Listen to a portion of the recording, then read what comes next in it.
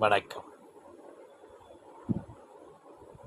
நாம் பணி செய்கிற இடம் அது ஒரு ஆலயமாக இருக்க வேண்டும், ஒரு கோயிலாக இருக்க வேண்டும். அந்த பணிகள் இருக்கும்போது நாம் பண்போடு இருக்க வேண்டும். பிறருக்கு உதவி நிலைகளை உதவும் நோக்கில் தான் அந்த பணி நிலை இருக்க வேண்டும். அந்த பணிநிலை ஒவ்வொருத்தருக்கும் ஒரு பணியில் இருப்பாங்க. அந்த பணிக்கு தக்கன நிலையில் எல்லாருமே பக்குவப்பட்ட வந்துட மாட்டாங்க. ஒரு பாமரர் வரலாம்.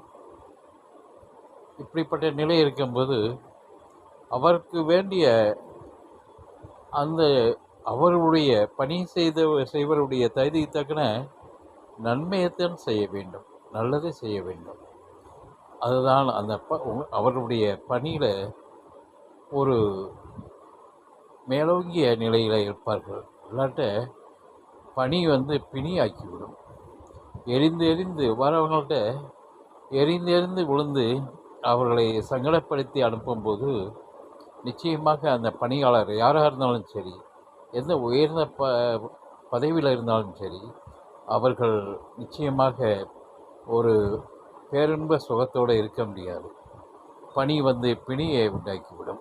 அதனால் நிறைய பேர் அதை தெரியாமையே அது தன்னுடைய போக்கிலேயே அந்த பதவியினுடைய ஆணவத்திலேயே வர்றவங்களாம் நம்ம கீழே தானே அப்படின்னு சங்கடப்படுத்தி அனுப்புகிறார்கள். அடியேன் அதை சந்தித்து இருக்கிறேன், பார்த்திருக்கிறேன்.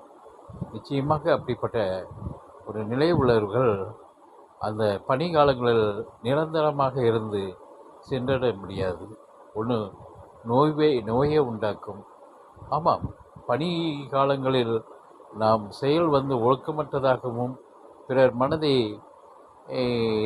சங்கடப்படுத்துவதாக இருந்தால் பிணிதான் வரும். பணி நிலையில் இருப்பவர்களுக்கு அதுதான் நிறைய பேர் பிணியை வாங்கி கொள்கிறார்கள். ஆனால் சில பேர் வாரவங்களை அன்போடு உபசரித்து அவர்களுக்கு வேண்டிய நிலை என்னங்கிற அறிந்து உதவி, அவர்களுக்கு தக்கன உதவி என்ன தேடி வந்திருக்கார்களோ அவர்களுக்கு தக்கன அந்த உதவியை செய்யக்கூடிய பணியாளர்களும் உண்டு, அதிகாரிகளும் உண்டு. ஆனால் சில மக்களுடைய வெறுப்பை கொண்டு இருக்கிற இந்த பணியில் இருக்கிற பிணியாளர்களும் இருக்கிறார்கள். பிணியை தேடாதே, பணியில் பிணியை தேடாதே. நன்றி, வணக்கம்.